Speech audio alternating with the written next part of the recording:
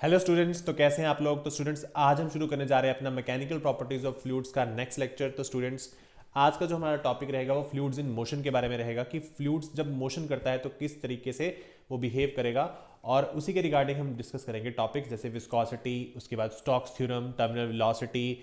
तो इस तरीके से हम आगे बढ़ते जाएंगे। तो आज का टॉपिक हमारा विस्कोसिटी है। तो विस्कोसिटी अपने आप में एक बड़ा इंपॉर्टेंट चैप्टर है और क्लास 11th के लिए प्लस कॉम्पिटेटिव एग्जाम्स के लिए भी यहाँ से काफ़ी क्वेश्चन, अच्छे क्वेश्चन जो है वो बन जाते हैं। तो चलिए स्टार्ट करते हैं बिना किसी देरी के। विस्कोसिटी के बारे में हमने अपनी प्रीवियस, जब हम अपनी छोटी क्लासेस में पढ़ते तब से हम सुनते आ रहे हैं और इसकी कई प्रैक्टिकल एग्जाम्पल्स हमने देखी हैं। तो बेसिकली इसकी डेफिनेशन क्या बनती है, अगर हम इसकी डेफिनेशन लिखेंगे तो हम क्या कहेंगे कि viscosity is a measure of fluids resistance measure of fluids resistance to the flow means कि विस्कोसिटी का क्या मतलब होगा कि फ्लूइड कितनी रेजिस्टेंस पैदा करता है, कितनी रेजिस्टेंस क्रिएट करता है अपने फ्लो में। जब वो फ्लो करेगा तो फ्लूइड जब भी फ्लो करता है तो वो कितनी आपके पास जो है वो रेजिस्टेंस जो है वहां से क्रिएट करेगा, उसे हम विस्कोसिटी कहते हैं। तो बेसिकली रेजिस्टेंस वर्ड का मतलब यहां से हम ये कहना चाह रहे हैं कि फ्रिक्शन कितनी होगी। ठीक है, बेसिकली हम क्या कहना चाह रहे हैं, फ्रिक्शन की बात हम यहाँ पे कर रहे हैं। फ्रिक्शन मतलब जैसे आप पढ़ते थे कि सॉलिड सॉलिड वाले केस में फ्रिक्शन होती थी, वो आपने पढ़ा है कि जो सॉलिड है, जैसे मान लो कोई ब्लॉक है इस तरीके से, और अगर हम उसे किसी सरफेस के ऊपर रखेंगे तो ये ब्लॉक क्या करता था, ये ब्लॉक अगर हम इस ब्लॉक पे इधर की तरफ फोर्स लगाते हैं तो पीछे की तरफ क्या लगती है बेटा, फ्रिक्शन लगती है, जो कि इसके मोशन को क्या करती है, अपोज करती है, जो कि इसकी मोशन को अपोज करती है। ठीक है, तो इस तरीके से हम पहले पढ़ चुके हैं सॉलिड सॉलिड वाले केस में फ्रिक्शन, लेकिन अभी हम पढ़ेंगे फ्लूइड्स के केस में फ्रिक्शन। तो फ्लूइड्स को कहने का मतलब क्या है कि फ्लूइड्स में बेसिकली हम बात कर रहे हैं, आप जानते हैं, लिक्विड्स की, या फिर हम बात कर रहे हैं गैसेस की। लिक्विड्स या फिर गैसेस में होने वाली जो भी फ्रिक्शन होगी या जो भी फ्रिक्शनल फोर्सेस एक्ट करती हैं लिक्विड के केस में या गैसेस के केस में या फिर फ्लूइड्स के केस में, उसे हम कहते हैं viscosity. So this is the basic definition of your viscosity. तो क्लास 11th में विस्कोसिटी के बारे में हम और क्या क्या अच्छी चीजें जान सकते हैं वो हम अभी देखते हैं। तो सबसे पहले हमने इसकी यहां से डेफिनेशन जो है वो क्लियर कर ली। उसके बाद हम सेकेंड पॉइंट ये पढ़ेंगे कि जो आपके पास विस्कोसिटी होती है, इसको समझने के लिए अगर मान लीजिए कि मैं एक यहां पे एक हॉरिजॉन्टल सरफेस लूं, और मान लो कि यहां पे मैंने एक और हॉरिजॉन्टल सरफेस लिया और मैंने यहां पे एक सिलेंड्रिकल शेप का कोई कंटेनर बना लिया है। ठीक है, मान लो मेरे पास क्या है, एक सिलेंड्रिकल शेप का एक कंटेनर है। ठीक है, suppose this is your cylindrical shape of container. तो अगर ये सिलेंड्रिकल शेप का कंटेनर है तो अगर इसके अंदर कोई भी फ्लूइड जो है वो जा रहा होगा तो होगा क्या कि जो इसका नीचे वाला जो सरफेस है, ये वाला जो नीचे वाला सरफेस है और जो ऊपर वाला सरफेस है, बेसिकली यहां पे जब भी फ्लूइड जाएगा तो नीचे वाले सरफेस के साथ जब ये फ्लूइड कांटेक्ट करेगा तो कहीं ना कहीं ये नीचे वाला सरफेस इस फ्लूइड के मोशन को रोकने की कोशिश करेगा, मतलब वहां से वो एक फ्रिक्शन जनरेट करेगा। तो बेसिकली हम यहाँ पे बात कर रहे हैं कि जो फ्रिक्शन है वो बेसिकली यहाँ पे आपके पास फ्लूइड के बीच में हो रही है, या क्या कह सकते हैं लिक्विड के बीच में हो रही है, और साथ में एक सॉलिड बॉडी के ऑब्जेक्ट के बीच में हो रही है। तो होगा क्या कि यहाँ पर ये इसके मोशन को रोकने की कोशिश करेगा। ये फ्लूइड आगे की तरफ बढ़ना चाहेगा, लेकिन फ्रिक्शन की वजह से फ्रिक्शन जो है वो पीछे वाले डायरेक्शन में लगेगी यहाँ पे, तो फ्रिक्शन इस तरफ को लगेगी, और and this friction is your what, this is your viscosity, means viscous force यहाँ पे एक्ट करेगी, तो ये इसकी मोशन को रोकने की कोशिश करेगा। कुछ इस तरीके से हम समझ सकते हैं। ऊपर वाला जो यहाँ से भी अगर ऊपर वाले सरफेस को देखेंगे तो यहाँ से भी जो लिक्विड जाएगा वो इस सिलेंड्रिकल कंटेनर के जब ऊपर वाले सरफेस से टच करेगा तो वो उनके बीच में कहीं ना कहीं एक रिलेटिव मोशन देखने को मिलता है, और रिलेटिव मोशन की वजह से ही यहाँ का जो लिक्विड होगा उसकी वेलोसिटी जो है वो जीरो हो जाती है। इसको और बढ़िया एक एग्जाम्पल से हम समझ सकते हैं, अगर आपको इससे नहीं समझ आ रहा है तो जैसे मान लीजिए फॉर एग्जाम्पल कि मेरे पास कोई एक रिवर है, मान लो कोई एक नदी है, तो उस नदी में ये वाटर आपके पास जो है वो हमने बना दिया, मान लो this is your water, and अब जो वाटर यहाँ से पास करेगा स्टूडेंट्स, जो नीचे वाले सरफेस से पास करेगा, तो हम मान लेते हैं कि जो नीचे वाला सरफेस है आपका, this surface is your river bed. जो सरफेस बिल्कुल नीचे होगा रिवर के या फिर ओशियन के, किसी के भी जो नीचे होगा उसे हम रिवर बेड बोलते हैं। और यहाँ पर किसी भी फ्लूइड की जो वेलोसिटी है स्टूडेंट्स वो जीरो हो जाती है। इस पॉइंट के ऊपर किसी भी फ्लूइड की जो वेलोसिटी है दैट शुड बी जीरो। अब होता क्या है कि जब फ्लूइड यहाँ से पास करेगा तो ये फ्लूइड यहाँ पर, इस फ्लूइड की वेलोसिटी बेटा अगर जीरो हो जाएगी तो इससे ऊपर वाली जो फ्लूइड की लेयर होगी, जैसे मान लो यहाँ पे एक लेयर होगी, इससे ऊपर भी एक लेयर होगी, तो इस लेयर की वेलोसिटी जीरो होगी तो ये वाली जो फ्लूइड की लेयर है वो मूव नहीं कर पाएगी। तो हम यहाँ पे इस केस में वेलोसिटी जीरो लेंगे। तो मैं यहाँ पे एक स्मॉल छोटा सा एक एरो बना लेता हूँ कि इसकी वेलोसिटी काफ़ी कम है। उसके बाद ऊपर वाली जो लेयर होगी उसकी वेलोसिटी थोड़ी सी ज़्यादा होगी, उसके बाद उसकी नेक्स्ट की वेलोसिटी थोड़ी और ज़्यादा, उससे अगले वाले की वेलोसिटी थोड़ी और ज़्यादा, और उससे ऊपर वाले की सबसे ज़्यादा वेलोसिटी। तो क्या आप देख पा रहे हैं कि इस तरीके से वेलोसिटी जो है हम उसको बता रहे हैं डायरेक्शन बना के एरो से। तो मतलब अगर इन्हीं एरोज को मैं यहाँ बनाऊँ अगर दोबारा से, तो ये एरो कुछ इस तरीके से बन रहे हैं। पहले एक स्मॉल एरो, फिर एक बड़ा, फिर एक उससे भी बड़ा और एक उससे भी बड़ा। इस तरीके से आपके एरोज बनते जा रहे हैं। तो अगर मैं इस तरीके से इसकी रिप्रेजेंटेशन कर रहा हूँ, अगर मैं फ्लूइड की इस तरीके से रिप्रेजेंटेशन कर रहा हूँ, so this is your viscosity profile. So student this is your viscosity profile, इसको हम विस्कोसिटी प्रोफाइल कहते हैं।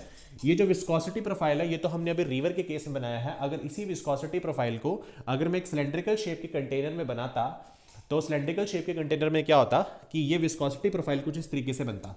तो इस केस में ये इस तरीके से बनता कि नीचे वाला फ्लूइड अगर वेलोसिटी जीरो है, क्योंकि उसका और सॉलिड के बीच में एक रिलेटिव मोशन हो रहा है, तो एक फ्रिक्शन होगी जो कि इस फ्लूइड के मोशन को कहीं ना कहीं रोकने की कोशिश करेगी।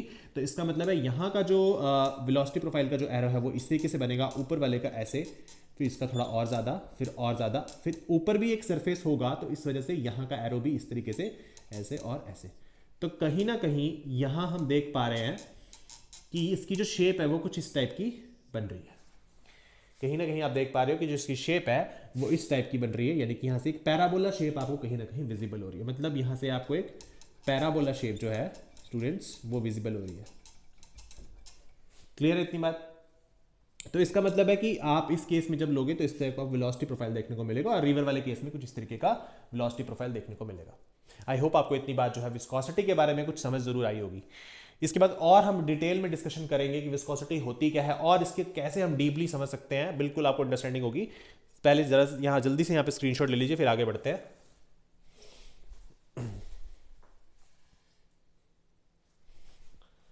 तो स्टूडेंट्स आई होप आपने यहाँ से स्क्रीनशॉट ले लिया होगा। आगे चलते हैं हम।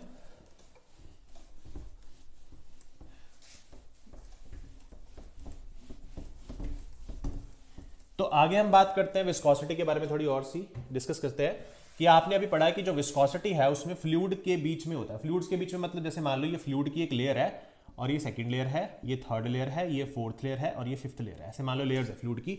तो होता क्या है कि जो ये वाली लेयर और ये वाली लेयर या फिर ये वाली और ये वाली लेयर, सारी लेयर्स के बीच में एक रिलेटिव मोशन हमें देखने को मिलता है। ये वाली लेयर इधर को जाना चाहेगी, ये मान लो, एक सेकंड, मान लो कि अगर ये लेयर है, ऊपर वाली लेयर मान लो इधर को जाना चाहती है, तो नीचे वाली लेयर उसे जाने नहीं देगी। वो पीछे की तरफ क्या लगाएगी? एक फ्रिक्शनल फोर्स लगाएगी। क्या लगाएगी बेटा? एक फ्रिक्शनल फोर्स लगाएगी। और ये जो फ्रिक्शनल फोर्स होती है यही आपकी विस्कस फोर्स होती है। ये जो फ्रिक्शनल फोर्स होती है इसी को हम फ्लूइड्स के केस में क्या कहते थे बेटा? इसी को हम फ्लूइड्स के केस में कहते हैं viscous force. So in the fluids frictional force is basically known as your viscous force. अब ये रिलेटिव मोशन जो है स्टूडेंट्स, ये आखिर होता क्यों है? तो रिलेटिव मोशन होता क्यों है? रिलेटिव मोशन तब होगा जब आपका जो फ्लूइड है वो किसी सरफेस के साथ कांटेक्ट में हो। जैसे कि रिवर वाले केस में, ओशन वाले केस में, नीचे जो अर्थ का सरफेस है उससे कांटेक्ट में होगा। सिलेंड्रिकल कंटेनर में डालोगे या किसी भी कंटेनर में डालोगे तो भी कांटेक्ट में होगा, तभी आपका जो है रिलेटिव मोशन हो पाएगा। ठीक है, बट इफ वी कंसीडर, अगर मैं कोई आइडियल फ्लूइड की बात करूं, जैसे आप आइडियल फ्लूइड को स्टडी करते थे बेटा, तो आइडियल फ्लूइड में हम क्या मान के चलते थे कि आइडियल फ्लूइड जो होता है बेटा वो नॉन विस्कस होता है। आइडियल फ्लूइड क्या होता है बेटा? नॉन विस्कस होता है। मीन्स कहने का मतलब है कि अपनी फर्दर स्टडी को कंप्लीट करने के लिए हम आइडियल फ्लूइड काफ़ी बार पढ़ते हैं, जो कि हमने अपने जो बॉयल्स लॉ, चार्ल्स लॉ वगैरह, या फिर हम आइडियल गैस इक्वेशन में उसको स्टडी करते हैं। बट हालांकि रियलिटी में कोई ऐसी आइडियल जो है आपके पास जो फ्लूइड है या आइडियल गैस जो है वो एग्जिस्ट नहीं करती। इतनी बात आप जानते हो शायद। ठीक है, तो ये नॉन विस्कस नेचर का होता है आइडियल फ्लूइड। ठीक है, नॉन विस्कस मतलब है कि अगर मुझे इसकी वेलोसिटी प्रोफाइल बनानी हो तो स्टूडेंट्स, इसकी वेलोसिटी प्रोफाइल अगर मैं एक सिलेंड्रिकल कंटेनर में बनाऊं तो इसकी वेलोसिटी प्रोफाइल कुछ इस तरीके की होगी, ऐसे। मतलब इसमें आपको कोई भी जो है इस तरीके का कोई ग्राफ शो नहीं होगा, इस तरीके की कोई शेप आपको नहीं देखने को मिलेगी, सीधा सेम स्ट्रेट पैरेलल लाइंस आपको देखने को मिलेगी if we are taking ideal fluid. But experimentally जो हम दूसरी फ्लूइड, जो रियल फ्लूइड हम लेते हैं, उस केस में आपको इस तरीके से जो है इसकी वेलोसिटी प्रोफाइल जो है वो कुछ इस तरीके से आपको दिखेगी। क्लियर है आपको बात? ठीक है, चलिए इतनी बातें तो हमने कर ली हैं। तो मैंने क्या कहा कि दोनों लेयर्स के बीच में, कहीं आपस में लेयर्स में के बीच में क्या होता है, रिलेटिव मोशन हमें देखने को मिलता है। उसके बाद स्टूडेंट्स, अगर मैं आपसे एक बात पूछूं कि अगर हम इसी जो विस्कोसिटी है, यानी कि जो फ्लूइड्स के केस में जो फ्रिक्शन होती है, अगर उसी फ्रिक्शन को हम सॉलिड वाले फ्रिक्शन के केस में कंपेयर करें तो वहां से हम क्या चीज सीख सकते हैं। तो चलिए स्टार्ट करते हैं जरा उसको। हम बेसिकली अब यहां से करने जा रहे हैं कंपैरिजन। ठीक है, अब हम बेसिकली यहां से क्या करने जा रहे हैं, कंपैरिजन करने जा रहे हैं। किसका कंपैरिजन करेंगे बेटा? फ्लूइड फ्रिक्शन का। We are going to compare fluid friction versus your solid friction. Solid friction में हम कौन से फ्रिक्शन यहां लेंगे? हम लेंगे स्टैटिक फ्रिक्शन। सॉलिड फ्रिक्शन में कौन से फ्रिक्शन लेंगे बेटा? स्टैटिक फ्रिक्शन यहां से लेंगे। तो अगर मैं फ्लूइड की फ्रिक्शन को सॉलिड में, सॉलिड की स्टैटिक फ्रिक्शन से कंपेयर करूं, अगर मैं इसको स्टैटिक फ्रिक्शन से कंपेयर करूं तो होगा क्या बेसिकली? अब बेसिकली यहां पे मैंने स्टैटिक फ्रिक्शन की बात क्यों की है? क्योंकि हमें पता है कि जो स्टैटिक फ्रिक्शन होती है वो कब होती थी बेटा? जब आपके पास एक ब्लॉक होगा और ब्लॉक इस सरफेस पे होगा, तो जब ब्लॉक और इसके बीच में कहीं ना कहीं आपको रिलेटिव मोशन देखने को मिलता था। बेटा जब आपको ब्लॉक और सरफेस के बीच में रिलेटिव मोशन देखने को मिलता था तो वो स्टैटिक फ्रिक्शन होती थी। ठीक है, तो हम स्टैटिक फ्रिक्शन का केस यहां लेके चलते हैं। बात याद रखना हमेशा, विस्कोसिटी को, ये जो विस्कस फोर्स जो फ्लूइड फ्रिक्शन लिखा है उसको हम स्टैटिक फ्रिक्शन से कंपेयर करते हैं। ठीक है, दोनों में डिफरेंस क्या है? पहला difference, first difference is what? पहला डिफरेंस ये है कि जो फ्लूइड फ्रिक्शन आपके पास होती है बेटा, फ्लूइड फ्रिक्शन के केस में हम हमेशा रिलेटिव वेलोसिटी को देखते हैं। वहां मैंने रिलेटिव मोशन लिखा ना, ठीक है, यहां हम बात करते हैं रिलेटिव वेलोसिटी की। तो हम हमेशा रिलेटिव वेलोसिटी को लेकर कहीं ना कहीं चलते हैं फ्लूइड फ्रिक्शन के अंदर, जो आप अभी देख पा रहे हो विस्कोसिटी में। सॉलिड फ्रिक्शन में ऐसा नहीं होता। सॉलिड फ्रिक्शन में हम कभी भी रिलेटिव वेलोसिटी की बात बेटा नहीं करते हैं। रिलेटिव वेलोसिटी की बात हम हमेशा कभी नहीं करेंगे। दूसरी बात, जो फ्लूइड फ्रिक्शन है वो कभी भी स्टूडेंट्स एरिया ऑफ कॉन्टैक्ट पे डिपेंड नहीं करती है। It does not depend upon the area of contact. Area of contact पर कभी डिपेंड नहीं करेगी। कितनी लेयर इस लेयर के साथ कॉन्टैक्ट में है वो डिपेंड नहीं करता। ठीक है, समझ गए आप मेरी बात को? ठीक है, नहीं शायद मैंने कुछ गलत बोल दिया ऐसे, है ना? एरिया ऑफ कॉन्टैक्ट, हाँ सॉरी, ठीक है स्टूडेंट्स, इस केस में एरिया ऑफ कॉन्टैक्ट पे डिपेंड करेगा। ठीक है, तो स्टूडेंट्स जो फ्लूइड फ्रिक्शन आपकी होती है वो हमेशा एरिया ऑफ कॉन्टैक्ट पे डिपेंड करेगी। ठीक है, जो फ्लूइड फ्रिक्शन है वो एरिया ऑफ कॉन्टैक्ट पे डिपेंड करेगी। कितनी लेयर इस लेयर के साथ आपस में कॉन्टैक्ट में, तो उनका एरिया कहीं ना कहीं मैटर करेगा। जैसे फॉर एग्जांपल अगर आप यहाँ पे ऊपर एक, मान लीजिए आपने ऊपर एक कोई बोट ले लिए, तो बोट का कितना सरफेस जो है इस लेयर के साथ कॉन्टैक्ट में होगा, बोट का कितना जो सरफेस है नीचे वाला वो इस लेयर के साथ कांटेक्ट में होगा, तो उसे हम क्या कहेंगे कि एरिया ऑफ कांटेक्ट कहेंगे। तो एरिया ऑफ कांटेक्ट कितना होगा उस पर ये डिपेंड करता है। लेकिन अगर हम दूसरी तरफ चले तो फ्रिक्शन और स्टैटिक फ्रिक्शन या फिर सॉलिड वाले फ्रिक्शन के केस में area of contact doesn't matter. Students इस केस में एरिया ऑफ कांटेक्ट मैटर नहीं करता था, क्योंकि हमने पढ़ा था कि जैसे मान लो कोई स्लाइडिंग इस तरीके से सरफेस है, तो अगर आप इस तरीके से ब्लॉक लो, चाहे इतना एरिया ऑफ कांटेक्ट हो या मान लो कोई इंक्लाइंड सरफेस पे इस तरीके से ब्लॉक हो, तो डिपेंड नहीं करता। दोनों केसेस में फ्रिक्शन जो है वो सेम ही आती है। तो it does not depend upon the area of contact. ठीक है, उसके बाद थर्ड पॉइंट पे हम देखते थे कि जो फ्लूइड फ्रिक्शन है वो कभी भी आपके पास नॉर्मल रिएक्शन पे डिपेंड नहीं करता। तो students fluid friction does not depend upon the normal reaction, but in case of solid friction it depends on the normal reaction. Solid friction के केस में नॉर्मल रिएक्शन पे हमेशा जो है वो आपका जो स्टैटिक फ्रिक्शन है वो हमेशा नॉर्मल जो रिएक्शन है आपका, सॉरी नॉर्मल जो रिएक्शन है उस पर हमेशा वो डिपेंड करता है। तो these are the basic 3 main differences जो कि आपको यहाँ से याद रखने। तो आई होप आपको ये इतनी बात जो है वो समझ आ गई होगी। जल्दी से स्क्रीनशॉट ले लीजिए, फिर आगे बढ़ते हैं।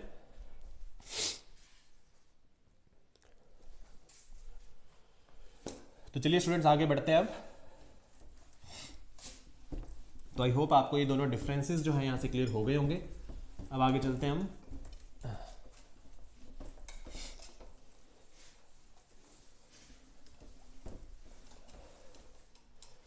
तो नेक्स्ट हम बात करेंगे स्टूडेंट्स अब कि कुछ बेसिक एग्जांपल्स की विस्कोसिटी की। जैसे मैं आपको बोलूं कि जो फ्लूइड है ना, जैसे फ्लूइड में हम 2-3 केसेस लेते हैं। जैसे मान लो इसकी कुछ एग्जांपल देखते हैं ना, एग्जांपल से आपको समझ आ जाएगा जल्दी। जैसे मान लो मैंने एक तरफ ले लिया वाटर, एक तरफ ले लिया मैंने मान लो ग्लिसरीन, और एक तरफ मैंने ले लिया मान लो हनी। तो स्टूडेंट्स अगर मैं आपको तीनों में से बोलूँ बेटा कि तीनों में को एक इंक्लाइंड सरफेस पे रख दो, ऐसे आप ऐसे एक इंक्लाइंड सरफेस पे रख दो, तो बताओ तीनों में से जल्दी कौन आएगा? तो क्या कहोगे आप? तो आप कहोगे सर वाटर जो है वो पहले आएगा, क्योंकि वाटर की विस्कोसिटी क्या है बेटा? वाटर की विस्कोसिटी सबसे लेस है, सबसे कम है। ठीक है। दूसरी बात, ग्लिसरीन जो है वो ड्रॉप बाय ड्रॉप नीचे आएगा, धीरे धीरे ड्रॉप बाय ड्रॉप नीचे गिरता चला जाएगा। तो उसके बाद जो विस्कोसिटी होती है वो ग्लिसरीन की। और सबसे ज्यादा विस्कोसिटी हनी की। हनी तो बिल्कुल धीरे धीरे नीचे को आएगा, बहुत स्लो स्पीड से नीचे आएगा। एक्सपेरिमेंट करके देख लेना आप, ठीक है। तो मतलब तीनों की विस्कोसिटी जो है कहीं ना कहीं अलग है। तो मतलब कि समझ के आया कि जो हनी है, अगर आप हनी को इस तरीके से बनाओगे बेटा, इसकी लेयर्स को देखोगे तो इनके बीच की जो दो लेयर्स के बीच का जो रिलेटिव वेलोसिटी है, या आप कह सकते हैं जो विस्कस फोर्स है, रिलेटिव वेलोसिटी चलो बाद में देखेंगे, वेलोसिटी ग्रेडियंट जब पढ़ेंगे, मतलब अभी समझो कि जो विस्कस फोर्स है वो इनके बीच की ज्यादा है, दो लेयर्स के बीच की। तो दैट्स वाई जो हनी है आपका वो क्या हो जाएगा, बहुत धीरे धीरे धीरे धीरे करके फ्लो करता हुआ नीचे आएगा। आई होप आपको इतनी बात यहाँ से समझ आ गई होगी। तो ये तो जस्ट एक एग्जांपल थी। उसके बाद आप और भी समझ सकते हो, जैसे मान लो कि मैंने एक कंटेनर के अंदर एक फ्लूइड ले लिया और उस फ्लूइड को मैंने एक स्टिरर के साथ रोटेट करना शुरू कर दिया। जैसे ही मैं स्टिरर हटाऊंगा उसके बाद भी वो फ्लूइड जो है वो एक सिलेंड्रिकल शेप में रोटेट होता रहेगा अपने आप ही, लेकिन कुछ टाइम के बाद वो रुक जाएगा। तो वो रुकेगा क्यों? क्योंकि फ्लूइड के अंदर क्या है भाई, विस्कस फोर्स है, फ्रिक्शनल फोर्स है।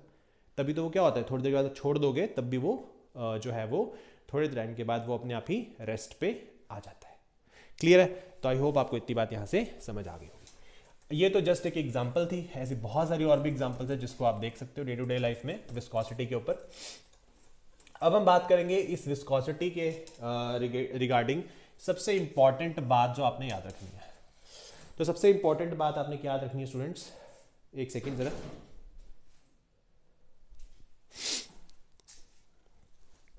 ठीक है, तो स्टूडेंट सबसे इंपॉर्टेंट बात आपने क्या याद रखनी है कि अगर मान लीजिए अब हम यहां से पढ़ने जा रहे हैं वेलोसिटी ग्रेडियंट, ठीक है, जो कि सबसे इंपॉर्टेंट टॉपिक है।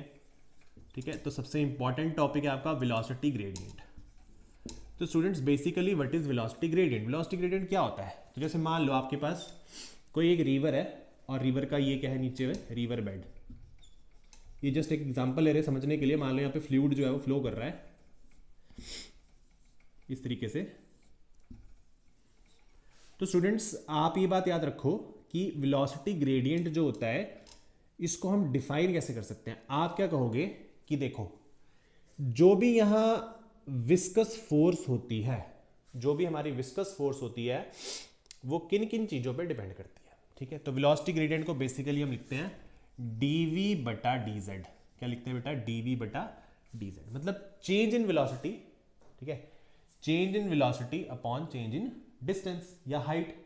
मतलब आप रिवर बेड से कितनी हाइट पर या कितने डिस्टेंस पर आप लेयर देख रहे हो। कौन सी लेयर? लिक्विड की लेयर भाई। आप नीचे रिवर बेड से कितने डिस्टेंस पर आप देख रहे हो, क्या डिस्टेंस। ठीक है, अब सपोज करो कि मैं आपसे कहूं कि भाई ये वाली जो लेयर है, जो आपको ये लेयर जो विजिबल हो रही है, इस लेयर का अगर मैं कहूं कि इस लेयर की जो वेलोसिटी वो v है बेटा। क्या है? v। तो ऊपर वाली लेयर की वेलोसिटी और इसकी वेलोसिटी में कुछ ना कुछ रिलेटिव मोशन है बेटा। देखो इसमें और इसमें कुछ रिलेटिव मोशन होगा, तो दोनों की वेलोसिटी में डिफरेंस होगा भाई। इसकी वेलोसिटी 0, मान लो इसकी वेलोसिटी 5, इसकी 6, इसकी 7, इसकी 8। जैसे मान लो इसकी 0 है, इसकी 2 मान लो, इसकी 3 मान लो, 4, 5, 6 मीटर पर सेकेंड। ठीक है, मीटर पर सेकेंड, मीटर पर सेकेंड, मीटर पर सेकेंड, मीटर पर सेकेंड, मीटर पर सेकेंड, मीटर पर सेकेंड।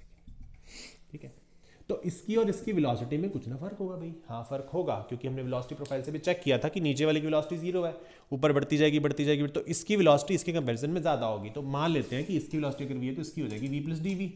भाई dv क्या है? dv है small change in velocity. dv is the small change in velocity. तो v तो होगी बट साथ में dv भी ऐड हो जाएगा, क्योंकि स्मॉल चेंज भी है तो है वेलोसिटी में, इसकी वेलोसिटी थोड़ी सी ज्यादा होगी इसके कंपैरिजन में। और मान लो नीचे से अगर मैं ऊपर की तरफ ये वाला डिस्टेंस ले लूं z, तो बेटा ये वाला डिस्टेंस कितना हो जाएगा?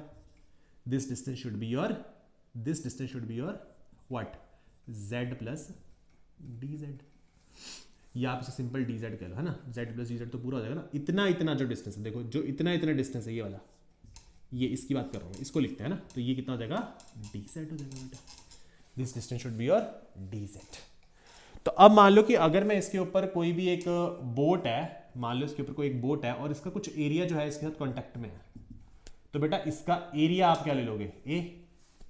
इसका एरिया आप क्या ले लोगे, एरिया ऑफ कांटेक्ट ए लेना पड़ेगा आपको, ठीक है ना। सीधी सी बात है कि अगर आपको बेसिकली यहां से इस बोट और इसके रिस्पेक्ट में फ्लूइड फ्रिक्शन चेक करनी है, आपको बोट और इस फ्लूइड के रिस्पेक्ट में फ्लूइड फ्रिक्शन चेक करनी है, अगर आपको विस्कस फोर्स निकालनी है, then you have to find the relation for the viscous force. तो विस्कस फोर्स का रिलेशन कैसे आएगा वो अभी हम निकालेंगे। तो इसके जो लेयर जो इसका टच हो रही है उसका कितना एरिया यहाँ पे इसके साथ कॉन्टैक्ट में है वो भी मैटर करेगा, ठीक है। तो ये बात आपको समझ आ गई भाई। अब देखो रिवर बेड से कितना दूरी है उसकी, रिवर बेड से कितनी दूरी है, अभी तो हम सिर्फ इस लेयर की बात कर रहे हैं, तो कितनी दूरी है वो आप मान लो भाई, यहाँ से z था तो ये हो जाएगा आपके पास dz हो जाएगा इतना इतना, तो ऊपर तक कितना हो जाएगा, यहाँ तक z प्लस dz हो जाएगा। सिंपल सी बात है, अंडरस्टूड हो गई, कुछ नहीं है इसमें। तो विस्कस फोर्स जो आप लिखते हो f, मान लो विस्कस फोर्स मेरी f है, वो पहले डिपेंड करती है dv बाई dz पे भी, पहले डिपेंड करती है नंबर एक पर d, मतलब वेलोसिटी ग्रेडियंट पे डिपेंड करेगी। This is your what, this is the velocity gradient. तो वेलोसिटी ग्रेडियंट पे पहले वो डिपेंड करती है, ठीक है, change in velocity upon change in distance from the river bed या फिर सी बेड। दूसरा ये डिपेंड करता है एरिया ऑफ कांटेक्ट पे।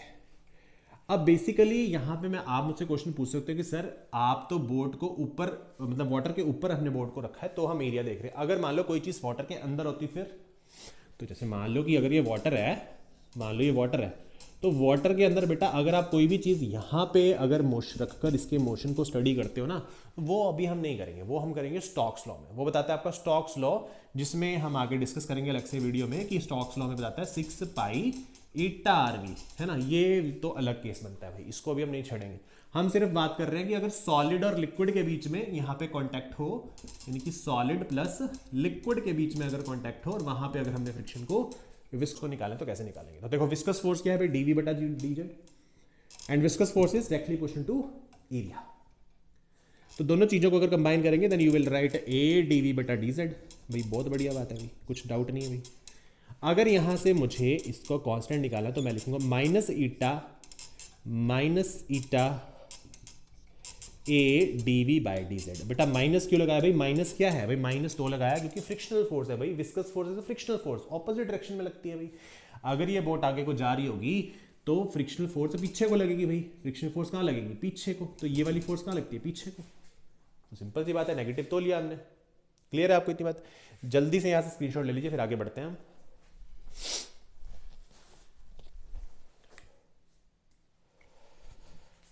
तो थोड़ी सी इंक हम यहां से भर लेते हैं मार्कर में, फिर आगे बढ़ते हैं हम, ठीक है।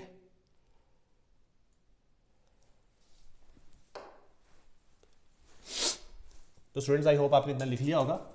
अब आगे बढ़ते हैं हम।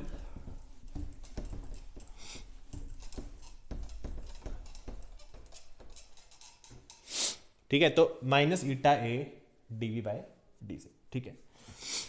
अब अगर मुझे यहां से इस ईटा को निकालना हो तो ईटा क्या हो जाएगा बेटा,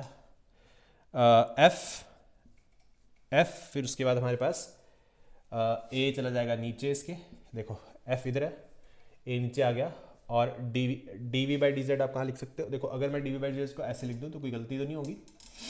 देखो आप ऐसे भी लिख सकते हो, कोई हर्ज नहीं है इसमें भाई, नेगेटिव साइन यहाँ लगा लेना अपनी मर्जी से, ठीक है। तो हम इसको इस तरीके से भी यहाँ से फाइंड आउट करके निकाल सकते हैं, ठीक है। ए नीचे चला जाएगा, dv बाई dz इधर चला जाएगा, मतलब इस तरफ को जाएगा नीचे को, देखो इधर को, ठीक है। तो हम इसको इस तरीके से भी कहीं ना कहीं लिख सकते हैं, ठीक है। तो ये आपके पास जो ईटा यहाँ आया है, this is called your coefficient of viscosity. This eta is the coefficient of viscosity, basically this is basically the coefficient of viscosity. तो ये फॉर्मूला आपको याद रखना है, ठीक है। अच्छा, तो मैंने अभी क्या बात की कि भाई अगर आपके पास एक लिक्विड है और कोई भी लिक्विड है आपके पास, फ्लूइड है, जैसे मान लो रिवर का पानी है, उसके ऊपर अगर एक बोट है, तो बेटा बोट और इसके बीच में जो कांटेक्ट होगा, मतलब एक सॉलिड और लिक्विड के बीच में जब भी कांटेक्ट होगा, तो हम ये वाला फॉर्मूला विस्कस फोर्स का अप्लाई करेंगे, a dv बटा dz वाला फॉर्मूला हम यहाँ पे अप्लाई करेंगे, ठीक है। अब आपको और क्या क्या चीज़ें ऐसे सीख सकते हो। सबसे पहले तो आप ये देखो कि भाई जो ये आपने ईटा लिखा है ना, इसकी आपको कई बार यूनिट्स वगैरह पूछ लेता है, या आपको विस्कस फोर्स वगैरह से डायमेंशंस पूछ लेगा, है ना। तो आपको वो चीज़ें याद रखनी है। अब मान लो मुझे इसी की अगर यहाँ से डायमेंशन निकालनी होती तो मैं क्या निकालता, तो डायमेंशन देखो फोर्स की क्या होती है, अगर मान लीजिए यूनिट निकालनी है सबसे पहले, तो फोर्स की होती है न्यूटन, एरिया की क्या होती है मीटर स्क्वायर, वेलोसिटी की होती है मीटर पर सेकेंड, और नीचे आपके पास डिस्टेंस है तो मीटर से मीटर कैंसिल हो गया, then you will get newton per metre square. ठीक है, न्यूटन, या पे इसको ऐसे भी लिख सकते हो, देखो न्यूटन m-2s लिख सकते हो ऐसे। ठीक है, न्यूटन पर मीटर स्क्वायर और उसके बाद सेकेंड इनवर्स। ठीक है, इस तरीके से आप इसको नोट, या आप ऐसे नहीं लिखना चाहते तो ऐसे लिख लो भाई। देखो और कैसे लिख सकते हो, न्यूटन अपॉन मीटर स्क्वायर और साथ में सेकेंड, यानी कि न्यूटन सेकेंड पर मीटर स्क्वायर। बेटा ऐसे लिख लो, एक ही बात है। ठीक है, अब अगर ये तो मेरे पास हो गई एसआई में यूनिट्स। ठीक है, this is your SI unit. अगर मुझे सीजीएस में लिखनी है तो क्या करो, न्यूटन की जगह बेटा क्या हो जाएगा, डाइन होता है आपको पता है। सेकंड की जगह क्या हो जाएगा, सेंटीमीटर, सॉरी मीटर की जगह सेंटीमीटर हो जाएगा, और सेकंड का सेकंड ही रहेगा, तो ये बन जाएगा डाइन पर सेंटीमीटर स्क्वायर सेकंड। इस तरीके से लिख सकते हो आप। ठीक है, या सेकंड को पहले लिख लो, डाइन सेकंड पर सेंटीमीटर स्क्वायर, डाइन सेकंड पर सेंटीमीटर स्क्वायर, ये भी बन जाएगा रिलेशन, जो आपको ठीक लगे। ठीक है, अब इसी का जो दूसरा नाम होता है दैट इज योर पॉइज, मतलब आप इसको पॉइज भी कहते हो ना सीजीएस में। पॉइज भी इसकी यूनिट, कई बार हम विस्कोसिटी की सीधी डायरेक्ट यूनिट, कॉमन यूनिट जो है पॉइज होती है। एक चीज और यहां से याद रखना है आपने कि 10 पॉइज की वैल्यू जो होती है वो बराबर होती है 1 Newton per metre square second के। ये वैल्यू भी आपने याद रख लेनी है। ठीक है, 10 पॉइज की वैल्यू यानी कि 1 Newton per metre square second की वैल्यू 10 पॉइज के बराबर होती है। यहाँ से आप फिर 1 पॉइज की वैल्यू भी निकाल सकते हो, है ना। वो 10 नीचे ऊपर जाके 10 की पावर -2 हो जाएगा। क्लियर है इतनी बात। तो यहाँ से बेसिक से आप डायमेंशन भी इसकी निकाल लेना। आप डायमेंशन निकाल के देखना, वहाँ से भी, वहाँ पे कुछ नहीं है, आपको इसकी डायमेंशन डालनी है, एरिया की डालनी है, और यहाँ से वेलोसिटी और डिस्टेंस की डायमेंशन डाल के तब भी आपका आंसर आ जाएगा। ठीक है, कोई दिक्कत वाली बात नहीं है यहाँ से। तो आई होप आपको ये चीज़ जो है यहाँ से क्लियर हो गई होगी।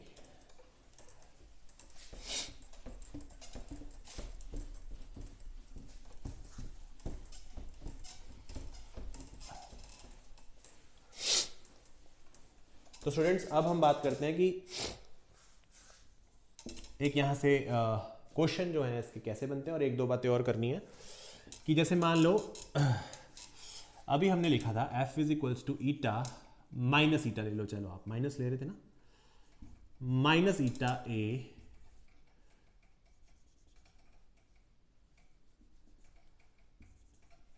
DV by D Z. क्यों आपने ऐसे क्यों लिखा, क्योंकि अभी आप क्या बोल रहे थे बेटा, एक सेकेंड, आपने अभी स्टूडेंट्स क्या लिखा, f is directly proportional to a और f is directly proportional to dv बटे dz। तो आप इस चीज को क्या लिख रहे थे भाई, आप लिख रहे थे ईटा a dv बाय dz।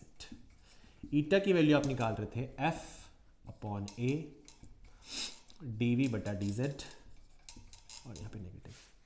ठीक है, ऐसे आप लिख रहे थे वैल्यू को। अब स्टूडेंट्स बात यह है कि जब आप ये रिलेशन ध्यान से देखोगे, अगर मैं इस रिलेशन के अंदर dv बाई dz को अगर मैं कंपेयर करूं, अगर मैं कंपेयर कर दूं इसको, तो मैं f अपॉन a, देखो यहाँ पे जो नेगेटिव साइन है ना, ये तो हम तो लगा रहे हैं क्योंकि ये फ्रिक्शनल फोर्स है। ठीक है, अगर आपको किसी क्वेश्चन में बोले ना कि जैसे देखो, अगर मान लो आपको किसी क्वेश्चन में कह दे भाई, अब आप कंफ्यूज हो गए कि यहाँ पे तो कई बुक्स में पॉजिटिव होगा, तो बेटा वो कुछ नहीं है, ये फ्रिक्शन फोर्स है। अगर आपकी बुक में पॉजिटिव लगा तो इसका मतलब वो अप्लाइड फोर्स है। वो अप्लाइड फोर्स कौन सी, अब देखो जैसे मान लो ये आपके पास लिक्विड है ना, तो यहाँ पे आपके पास एक बोट है, तो अगर बोट को पीछे की तरफ फ्रिक्शनल फोर्स लग रही है, विस्कस फोर्स ये, तो आगे की तरफ अप्लाइड फोर्स कितनी होगी, ताकि वो बोट जो है, ताकि वो जो बोट है वो उसके लिक्विड के साथ जो है वो कांस्टेंट वेलोसिटी से मूव कर सके। भाई देखो सिंपल सी बात समझो मेरी, क्वेश्चन इसका कैसे बनता है, देखो क्वेश्चन बनता है कि मान लो ये बोट है, इसकी स्पीड है 10 मीटर पर सेकंड की ऊपर से, ठीक है, और आपको बोल रहा है कि नीचे से इसका डिस्टेंस जो है वो 2 मीटर का है मान लो। ठीक है, और इसका एरिया ऑफ कॉन्टैक्ट उसने दे रखा होगा और ईटा की वैल्यू भी कुछ भी दे रखी है मान लो, ठीक है, मान लो 10 की पावर -2 पॉइंट्स दे रखी है, एरिया मान लो दे रखा है 5 मीटर स्क्वायर, कुछ भी दे रखा है एरिया, ठीक है। तो क्वेश्चन में बेटा वो पूछेगा आपसे कि बताओ कि कितनी फोर्स अप्लाई करें कि to in order to move the boat with uniform speed. बेटा ये क्वेश्चन बनेगा कि यूनिफॉर्म स्पीड से कितनी मूव करोगे, तो बेटा आप क्या फोर्स लगाओ, आप क्या फॉर्मूला लगाओगे, आप लगाओगे F is equals to eta A dv बटा dz। बेटा आप नेगेटिव थोड़ी ना लोगे, आप नेगेटिव नहीं लोगे, नेगेटिव तो तब लेते हैं जब फ्रिक्शनल फोर्स आती है, ठीक है। बेसिकली आपसे अप्लाइड फोर्स पूछ रहा है, तो अप्लाइड फोर्स वाले केस में क्या होगा कि आप पीछे को जितनी फ्रिक्शनल फोर्स लग रही होगी बेटा आगे को भी तो उतनी अप्लाइड फोर्स देनी पड़ेगी ना। तो पीछे को फ्रिक्शनल फोर्स अगर मान लो आपके पास 10 न्यूटन है तो आगे को अप्लाइड फोर्स भी 10 न्यूटन लगाओगे, तभी तो दोनों फोर्सेस बराबर हो जाएंगी, इक्विलिब्रियम कंडीशन तभी तो आएगी, और तभी तो एक्सेलरेशन जीरो हो जाएगी। बेटा एक्सेलरेशन जीरो होती है, आप जानते हो एफ क्या होता है एम में, तो अगर एक्सेलरेशन जीरो हो जाएगी बेटा तो फोर्स भी क्या हो जाएगी बेटा जीरो हो जाएगी, ठीक है। एक्सेलरेशन जीरो, फोर्स जीरो, इसका मतलब है कि वेलोसिटी क्या हो जाएगी बेटा कांस्टेंट हो जाएगी। जब भी कभी एक्सेलरेशन जीरो होती है तो वेलोसिटी क्या होती है कांस्टेंट होती है, तो इसका मतलब तभी तो बोट मूव करेगी कांस्टेंट वेलोसिटी के साथ। तो क्वेश्चन यही है कि यहाँ पे नेगेटिव तो नहीं लगाते क्योंकि वो अप्लाइड फोर्स का फॉर्मूला हो जाता है कि अगर बोर्ड के पीछे फ्रिक्शन लग रही है तो नेगेटिव अप्लाइड फोर्स आपसे क्वेश्चन में पूछेगा, तब आप क्या लगा दोगे वहाँ पे फॉर्मूला तो यही लगेगा, बट नेगेटिव साइन हट जाएगा, नेगेटिव साइन हट जाएगा। जिसने फ्रिक्शन अच्छे से पढ़ा है उसको ये बात पता होगी, ठीक है। अच्छा हम बात कर रहे थे कि अगर मैं इसी dv बाई dz को बेटा ध्यान से देखूं तो अगर मैं f बटे a और इस dv को, अगर इस dv को मैं कुछ इस तरीके से लिख दूं डेल्टा एक्स अपॉन एल, तो अगर वो l ऊपर चला जाए तो क्या कुछ आपको याद आ रहा है, ये चीज हम पहले पढ़ चुके हैं मॉडुलस ऑफ रिजिडिटी में, ठीक है। ये चीज कहां पढ़ चुके हैं, मॉडुलस ऑफ रिजिडिटी में पढ़ चुके हैं बेटा, मॉडुलस ऑफ रिजिडिटी, जिसको हम G से लिखते थे बेटा। G का मतलब आप पढ़ते थे टेंजेंशियल स्ट्रेस या शेयर स्ट्रेस जो भी आप बोलते थे, divided by shear strain.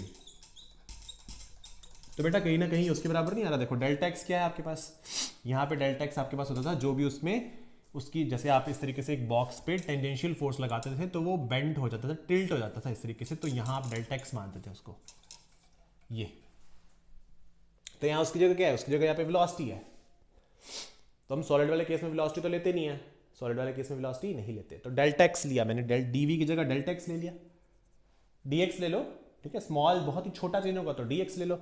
DZ क्या है, डिस्टेंस है बेटा, तो यहाँ पे डी, यहाँ पे एल क्या होता था, यहाँ एल होता था उसकी लेंथ कितनी है, तो कहीं ना कहीं हम इस टर्म को वहां पर मॉडुलस ऑफ रिजिडिटी से कंपेयर कर सकते हैं, समझ रहे हो बात को।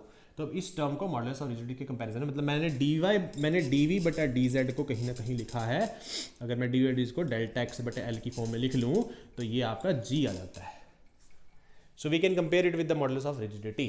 तो इससे हमने ये बात सीखी कि भाई जो ये केस आपका लिक्विड्स का होता है, इसमें भी जो एक लेयर दूसरी लेयर पर जो फोर्स लगाती है, that force is your tangential वाली force, that force is your tangential force,